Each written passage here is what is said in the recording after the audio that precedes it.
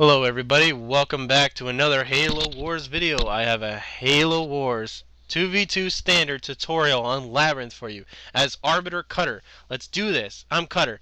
First of all, go for your hook right away. 2 Warthogs, 2 supply pads, set your rally point right there. Don't set your rally point at the hook. Very dangerous. As soon as you come in, you want to buy the shield protector first, the offensive protector second. Okay?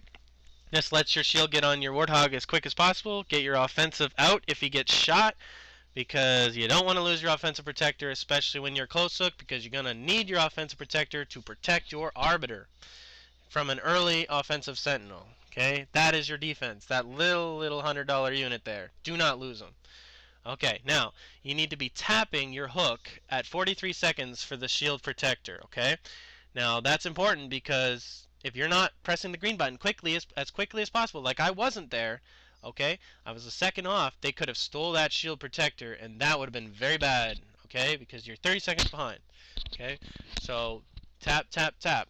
As quick as you can, press the green button on that shield protector so you're buying them as quick as you can. You want to make sure you're putting the shield protectors on your Warthogs and collecting as much money as you can.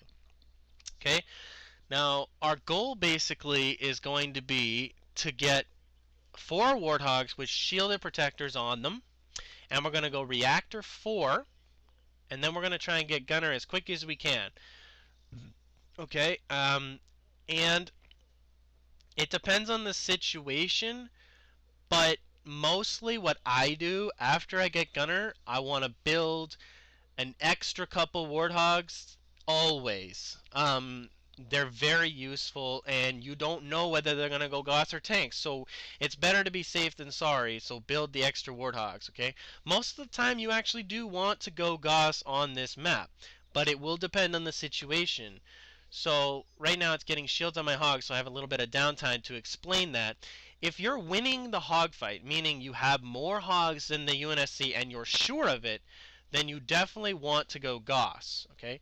If you're even, I would still go Goths. And if you're behind in the Warthog fight, you'll know if you're behind, okay? If you're behind, you then want to try and get your second base as quick as you can and try to get tanks while continuing your Warthog double pump to hold off their attack long enough for you to get enough tanks to hold them.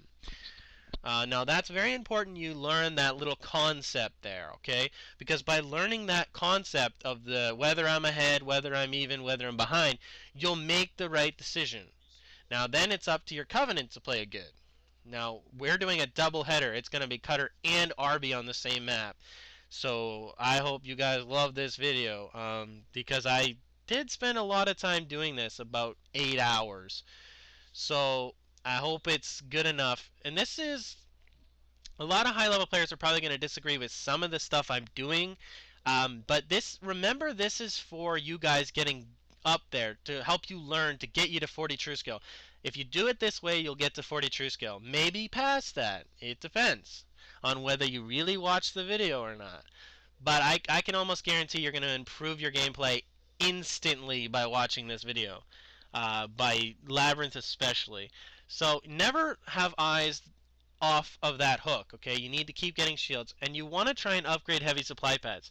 Now once again, it depends whether you upgrade them or not. So you want to upgrade them, but at the same time you can't always. So if you're being attacked really hard right now, you wouldn't be upgrading supply pads, you'd be trying to get up more Warthogs to defend yourself and then upgrade them later. If you're not being attacked, I would upgrade them like I just did there, because I'm not being attacked.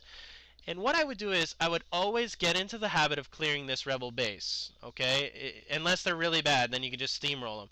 Now if your shields get hurt, you just micro your Warthog to the back, and then the turrets and sentinels will start shooting another Warthog. Okay? Now you want to always attack the front of this rebel base. I see a lot of high level players, they just circle the base and circle the base.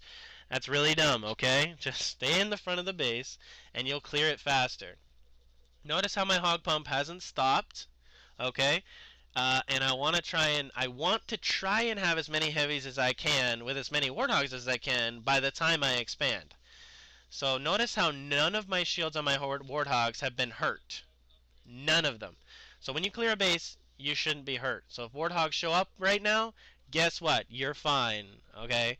And when you get this second base, whether you're going tanks or Goths, I recommend a second base if you're going tanks and or Gauss. So it's just a really good habit to get into. Um, but when you get the second base up, if they try to kill your base, and I can almost guarantee they will try, then if your base dies, you could do what Marco Style said, and I've always stood by this concept, but he made it really good idea. You treat your second base as a hook. And what that means is, if your second base dies, it's not the end of the world because you used it as a distraction to kill their units. And if you kill their units, well, then you can just expand again and push up and probably win. And if they don't kill your base, well, they probably just lost all their units and they didn't kill the base, so you just start laughing. So it's better to be safe than sorry on this map. So you want to get more, right? You'd rather have way too many hogs than not enough. So treat it like the same principle as a condom. You'd rather have it and not need it than need it and not have it. It's the same principle with the warthogs on this map. Okay? You want to have them and not need them. Okay? Seriously. Like, they're just going to be really awesome. Even hogs will kill tanks if you got this many. So it's not the end of the world. Plus, there's going to be a lot of air early on this map, right? And you're going to be able to use warthogs to kill the air. That's really important. So you would never really, by the way, put your reactor first on your expansion. But I was just showing you that you can do either thing right now. A Mac Blast is your biggest concern when they're attacking your base. So what I would almost say is if an Arbiter and like hogs show up at your expo right away, I would debomb the middle pad on your expo right away. Rather just waste that 450 to save your base, because then they can't mac, then they can't drop grunts in, and they can't rage, and you'll defend your base. I would rather spend that 450 because I don't know if they're gonna mac or not. Like, that's the truth. You don't know, so it's better to be safe than sorry. Drop the D-bomb, and then they can't kill the base. And if they kill the base after you drop the D-bomb, then you didn't play very good defense or you didn't have enough hogs. So that's the best I can explain for Cutter right now, guys, for the first 6 minutes or so. Like, later game takes more experience and decision making, but I gave you your basic concepts whether you're ahead or behind. Okay, so now we're going to go right into Arbiter, what Arbiter should be doing at the same time. Okay, now I did put up a basic Arbiter video on Labrynth before, and you should probably definitely check that out, okay, because it is going to give you some tips that I don't mention in here, so it's better to watch both. So here we go. Now, I had close hook both games, so obviously it's slightly different, but same concept. You go for the hook if you're close hook, and you go for the hook if you're bad hook, but the answer is you always need a shield on your ghost, okay? So if that means going in and stealing their hook at 43 seconds, then you do it. So once again, shield on the ghost first and offensive next. Now, please don't worry, everyone, if your shield gets cracked or if your ghost gets hurt or whatever and his shield doesn't go up on him. Just run away, okay? You cannot lose your ghost early on in the game. If you lose your ghost under the first 2 minutes on Labrynth, you may as well resign because you're at a very, very, very big disadvantage. I'm serious. Like, even high-level players, if you play against them, if they lose their ghost right away, they respectfully resign because they know they're done. They have nothing left. Their only option would be cheesing or something like that because they really have no hope. Now, on this map, if you watch the other video, you know that you want to lock your base as soon as you're out. You want to rage run to the supplies in the middle. I recommend doing that always, okay? Like, that's just so important to get as many supplies as you can as quick as you can. But your goal is you're going to have to rage a lot early game. So if they're shielded hogs or warthogs, you want to rage them, okay?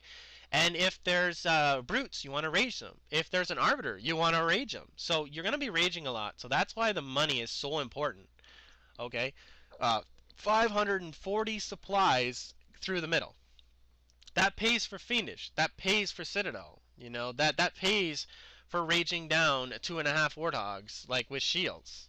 You know, it can actually kill 5 warthogs if they have no shields. So that's a lot of free money. I don't know why you wouldn't get it. So Fiendish right away as soon as you can. And then your next goal is going to be getting Citadel as quick as possible. if you get Citadel as quick as possible after Fiendish, it's gonna really help you because they can't rush you and cheese you and kill you. Okay, it sets up your economy really nicely too because you can't get blessed warehouses early as an arbiter because you're raging a lot for one, and number two, it's dangerous because if they push your base when you have blessed warehouses, you may lose them, and arbiter without money is useless.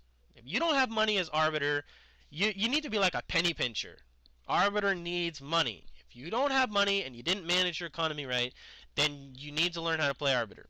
Like, you have to have money. So that's why I'm saying you get Citadel early, your base is safe, and you didn't waste money on Blesseds early, and you get extra building spots. So it's just really important. So basically, now, I'm going to do something here that most high-level players don't do.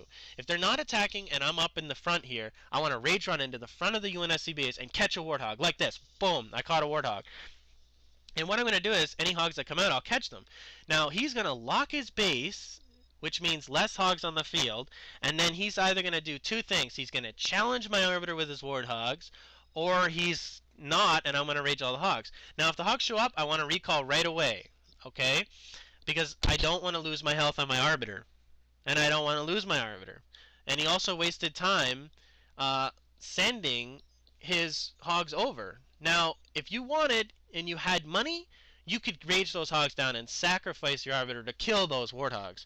That's really awesome. Like, if you could kill all those hogs early, and you basically forced that situation. But you cannot lose your arbiter on this map. You don't want to lose your arbiter. Okay, he needs to live. He is your major part of your defense. Okay. Now, you want to defend as arbiter. That's the best thing to do as arbiter. You want to defend. Okay, especially if your cutter's doing what I just told him to do. Now, when I say go up there, I mean only stay up there, and if you can catch a lucky hog, awesome. And I would rage the hogs, but I wouldn't want to be double teamed. So if an arbiter showed up with the hogs, I'd recall right away. And if not, then I kill all the hogs, and I'm able to go Goss with my UNSC, and we'll probably win. So never glitch rage warthogs on this map, okay? You don't have control. You'll get rammed easier. It's a really big mistake, okay? Regular rage them, so you don't glitch rage, okay? Now, around 3 to 4 minutes, you want to be scouting all the rebel bases, which I already did. Sorry I didn't commentate when I was doing it. But I already scouted them all, and you'll see on the minimap they're scouted. At 3 to 4 minutes, your shielded ghost needs to scout all the rebel bases on their side. Very important, because you do not let an expo get up. If you've done this scouting thing, they will never get an expo without your permission. You say, back off. You're not getting this expo, and you make sure they don't. Okay. Now you want to go Banshees to keep the expansions down. Okay, but it also depends, because you want to get Tech 2 Arbiter, meaning Tech 2 Rage upgrades like Spiteful Rage and Vicious Blades. So you do not necessarily build Banshees always, because there's Goss and they're useless, but you need to build some kind of units. So you need to be building Banshees. If their only purpose is keeping down expos, and they do that, you'll win. Okay? But you don't just want to go only Arbiter on this map. You need to produce some kind of units. Okay? So try and get Tech 2 Arbiter if you can. But like I say, it's probably going to be hard to do because you need it to rage. So please leave a like, comment, rate, subscribe. Thank you to my new subscribers. I've got over 70 now. I have to say that you guys have been awesome. More videos like this coming very soon. And Smug Big Bird says goodbye. Love you all.